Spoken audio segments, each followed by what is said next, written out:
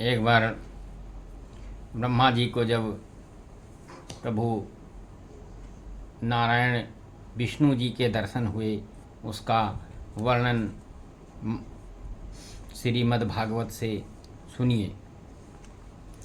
मैत्रेय जी बोले कि हे विदुर, आपने जो लोकहित में आकांक्षा के प्रश्न किए हैं, उनके उत्तर में मैं इसी भागवत कथा का वर्णन करता हूँ।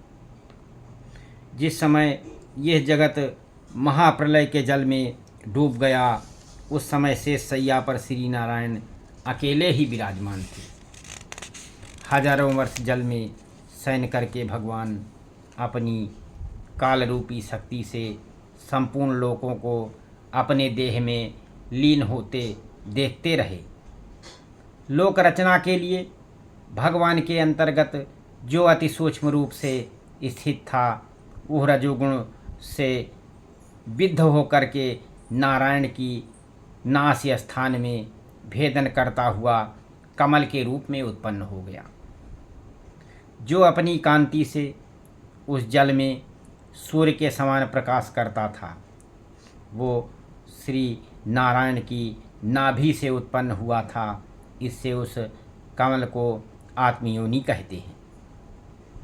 उस लोकात्म कमल में भगवान ने प्रवेश किया। तब उस कमल में ब्रह्मा उत्पन्न हुए, जिनको स्वयं ब्रह्म कहते हैं। ब्रह्मा जी ने जब लोकों को नहीं देखा, तब आकाश में नेत्र घुमाए। चारों दिशाओं की ओर देखने के लिए ब्रह्मा के चारों मुख उत्पन्न हो गए।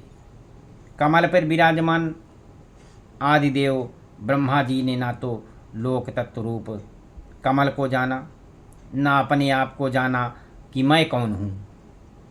तब ब्रह्मा जी ने विचार किया कि यह कमल कहाँ से उत्पन्न हो गया, नीचे तक और अथवा वहीं से उत्पन्न हुआ है। ब्रह्मा जी इस प्रकार विचार करके कमल की नाल के भीतर चले गए, मगर ब्रह्मा जी ने कमल की जड़ का ठिकाना नहीं पाया।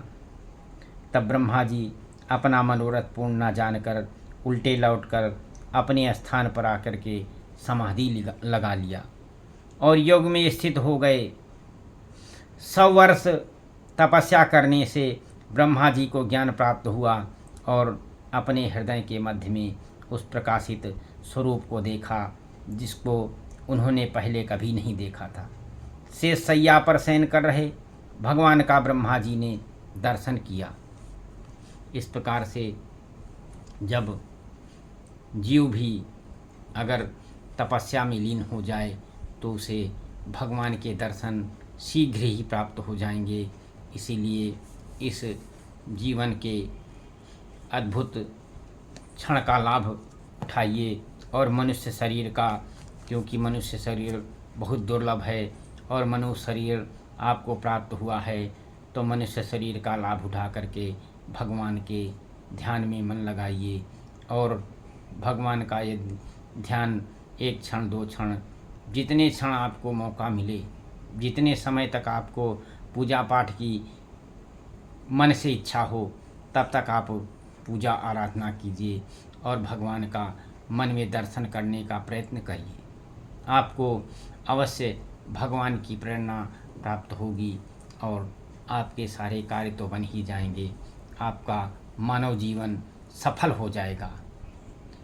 श्रीमन्नारायण नारायण हरि हरि, लक्ष्मी नारायण नारायण हरि हरि, तेरी लीला सबसे न्यारी न्यारी हरि।